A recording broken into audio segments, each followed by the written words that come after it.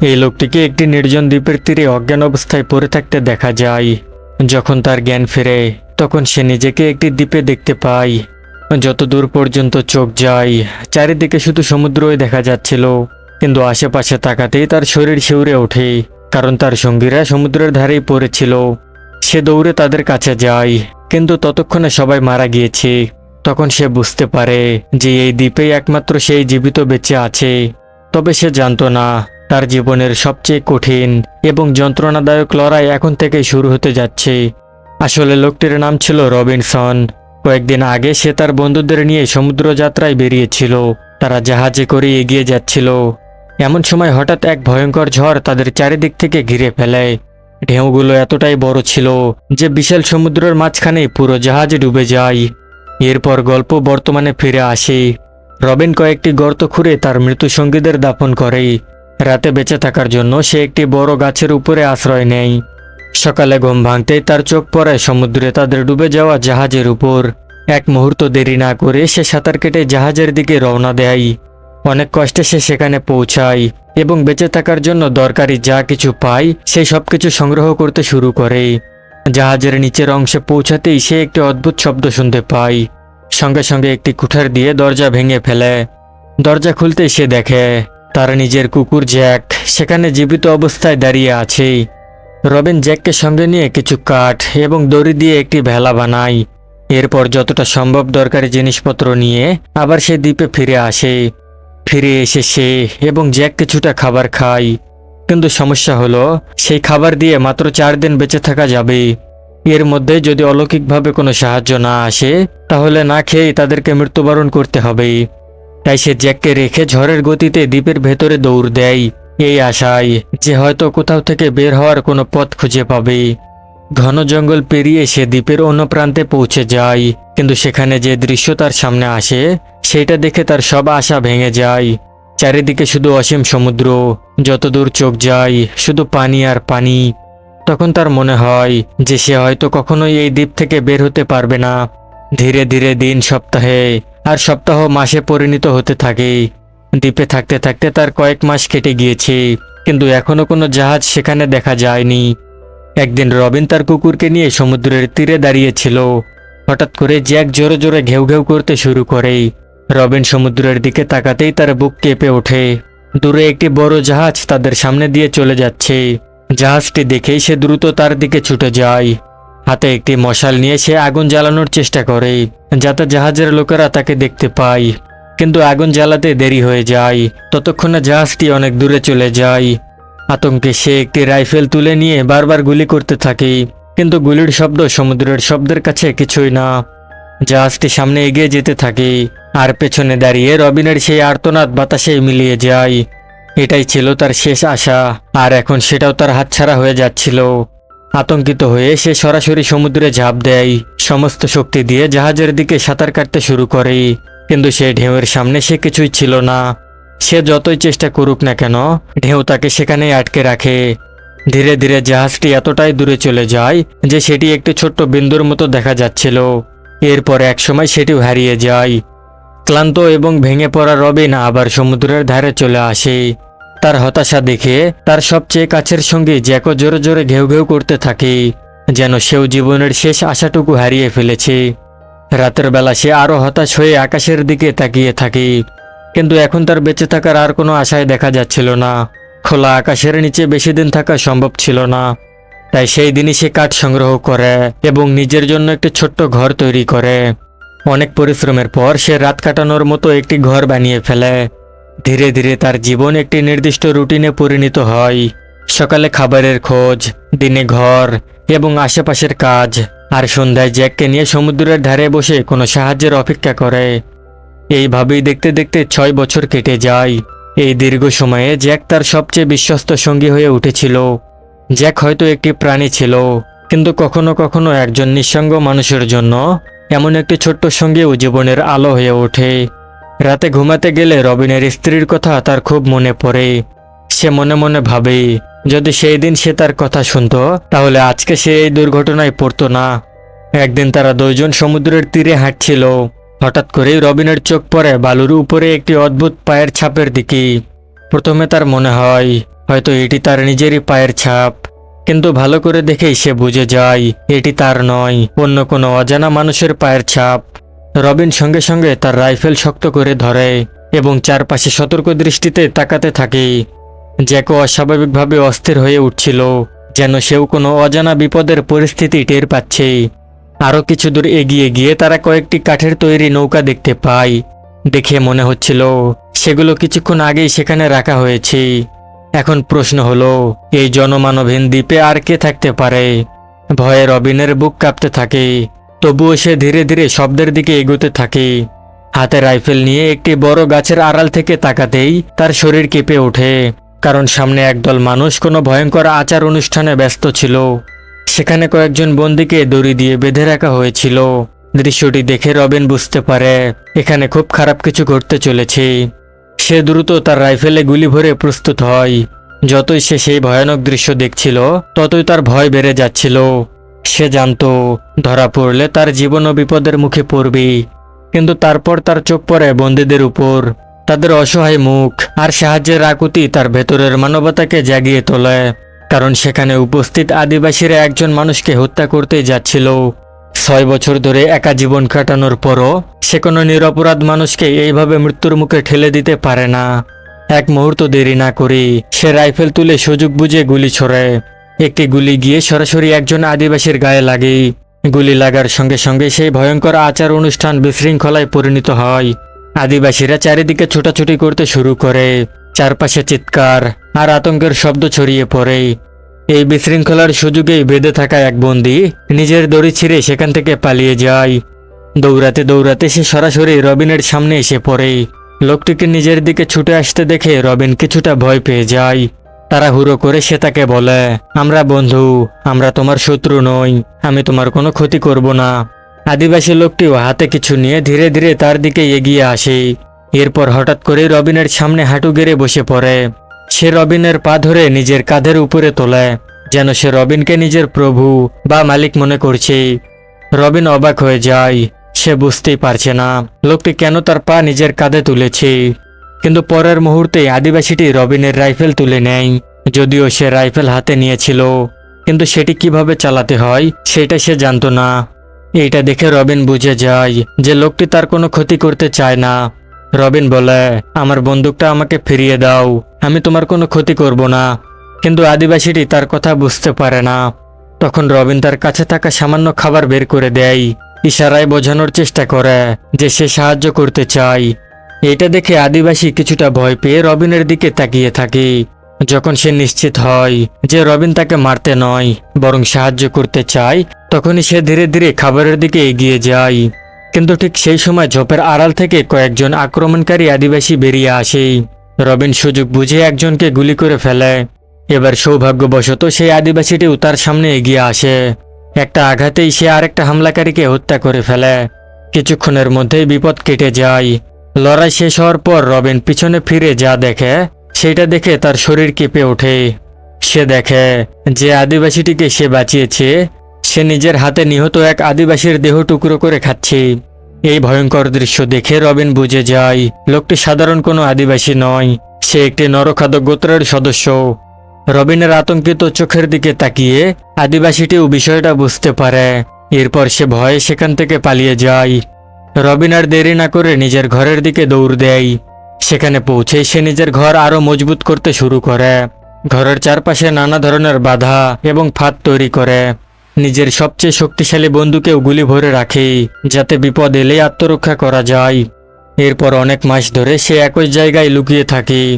দিন হোক বা রাত, সে সবসময় চারিদিকে নজর রাখে, যাতে কোনো আদিবাসী দল এসে তাকে আক্রমণ করতে না পারে।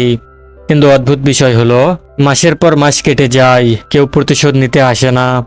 অবশেষে একদিন সে সিদ্ধান্ত নেয়, যদি বিপদ তার কাছে না আসে তাহলে সে নিজেই বিপদের খোঁজে বের হবে। হাতে রাইফেল এবং বিশ্বস্ত সঙ্গী জ্যাককে নিয়ে গভীর জঙ্গলের দিকে রওনা দেয়। ধীরে ধীরে ঘন জঙ্গলের ভেতর দিয়ে এগোতে থাকে। কিন্তু কিছু দূর যেতেই হঠাৎ করে তার পা একটি ফাঁদের উপরে পড়ে। মুহূর্তের মধ্যেই সে উল্টো হয়ে গাছের সঙ্গে ঝুলে যায়। সে পুরোপুরি ফাঁদে আটকে পড়েছে। ভয়ে জ্যাকও তাকে সাহায্য না করে সেখান থেকে পালিয়ে যায়। রবিন সেখানে সাহায্যের জন্য চিৎকার করতে থাকে। ঠিক তখনই ঘন জঙ্গলের ভেতর থেকে সেই পরিচিত আদিবাসী বেরিয়ে আসে।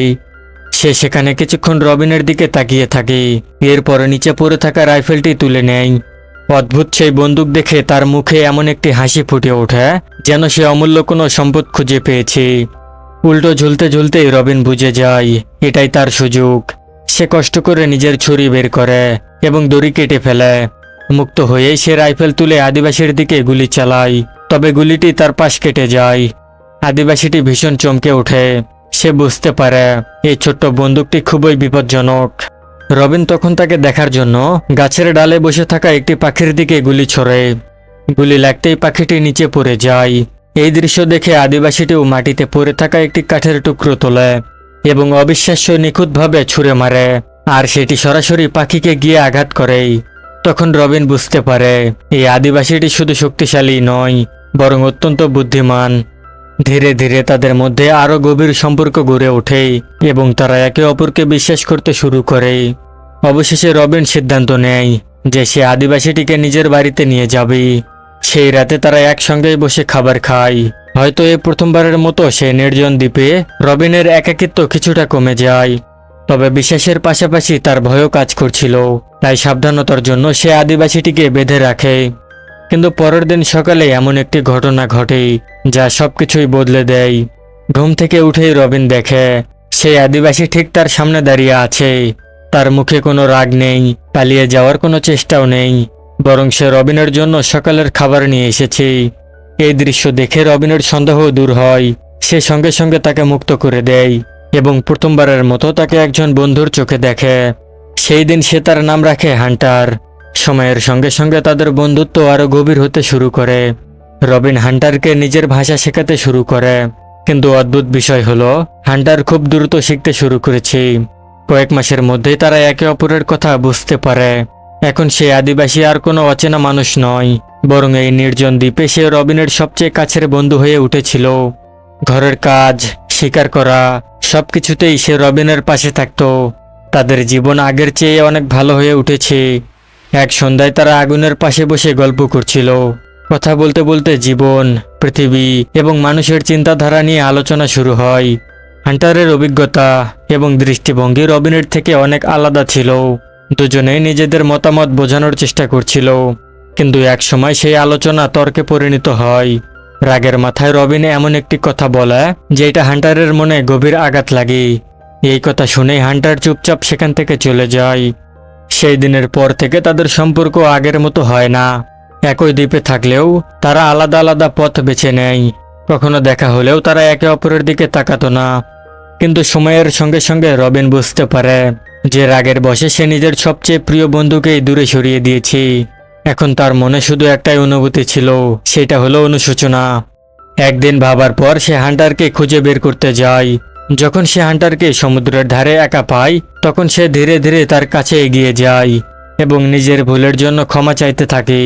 সে কথা দেয় ভবিষ্যতে তারা একে অপরের মতামতকে সম্মান করবে এবং বন্ধুত্বকে সবকিছুর উপরে রাখবে। হান্টার কিছুক্ষণ চুপ থাকে, এরপর হাসি মুখে তার ক্ষমা গ্রহণ করে। সেই একটি মুহূর্ত তাদের আগের চেয়েও সবচেয়ে কাছাকাছি এনে দেয়।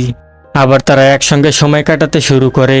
কখনো সমুদ্রের ধারে হাঁটে, কখনো শিকার করে, আবার কখনো হাসতে হাসতে পুরনো সব অভিমান ভুলে যায়। কিন্তু একদিন হান্টার এমন একটি গোপন কথা জানায় যা সবকিছুই বদলে দিল। সে জানায় নিজের গোত্রের কিছু নিয়ম ভাঙার কারণে তাকে শাস্তিস্বরূপ এই দ্বীপে পাঠানো হয়েছিল। আর যেহেতু রবিন তাকে সাহায্য করেছিল, তাই তার গোত্রের লোকরা একদিন প্রতিশোধ নিতে অবশ্যই আসবে। এই কথা শুনেই দুজনেই বুঝতে পারে বিপদ এখনো কাটেনি। তাই তারা আগে ভাগে প্রস্তুতি নেওয়া শুরু করে। পরবর্তী 4 মাস ধরে তারা আত্মরক্ষার জন্য নানা ধরনের ফাঁদ, বাধা এবং বিস্ফোরক ফাঁদ তৈরি করে, কারণ তারা জানতো সামনে যে লড়াই হবে সেটা আগের চেয়ে অনেক বেশি ভয়ঙ্কর হবে। একদিন তারা দুইজন শান্তভাবে বসেছিল, কিন্তু হঠাৎ আগ্নেয়গিরির দিক থেকে প্রবল গর্জের শব্দ ভেসে আসে। দুজনেই সঙ্গে সঙ্গে সতর্ক হয়ে যায়। তারা দ্রুত সেই গুহার দিকে এগিয়ে যায় এবং দেখে একই আদিবাসী গোত্র আবার একজন মানুষকে বলি দেওয়ার জন্য প্রস্তুতি নিচ্ছে। পরিকল্পনা অনুযায়ী তারা সেখানকার ফাঁদে আগুন ধরিয়ে দেয়। আগুন লাগতে আগুনের শিখা ছড়িয়ে পড়ে এবং দ্রুত গুহার দিকে এগিয়ে যেতে থাকে। কিন্তু দুর্ভাগ্যবশত আগুন দেখেই তাদের সঙ্গী জ্যাক আগুনের পেছনে দৌড় দেয়। রবিন বারবার তাকে ডাকতে থাকে, কিন্তু তখন অনেক দেরি হয়ে গিয়েছে। হঠাৎ করেই এক প্রচণ্ড বিস্ফোরণ হয়, আর সেই বিস্ফোরণের সঙ্গে সঙ্গেই তার সবচেয়ে বিশ্বস্ত সঙ্গী জ্যাক সারা জীবনের জন্য তার কাছ থেকে হারিয়ে যায়। নিজের চোখের সামনে প্রিয় সঙ্গীকে হারিয়ে যেতে দেখে রবিন ভেতর থেকে সম্পূর্ণ ভেঙে পড়ে। এই আঘাত এতটাই গভীর ছিল যে তার হৃদয় চূর্ণ বিচূর্ণ হয়ে যায়। এরপরও বাস্তবতাকে মেনে নিয়ে সে জ্যাককে মাটিতে সমাহিত করে এবং দীর্ঘ সময় ধরে তাকে মনে করতে থাকে। অনেক বছর ধরে তার পাশে থাকা বিশ্বস্ত সঙ্গীটি চিরদিনের জন্য তাকে ছেড়ে চলে গিয়েছে, কিন্তু তাদের বিপদ এখনো শেষ হয়নি। হান্টার তাকে বোঝায়, যদি গোত্রের লোকরা জানতে পারে যে সে এখনো বেঁচে আছে, তাহলে তারা অবশ্যই তাদের খুঁজতে খুঁজতে এখানে আসবে।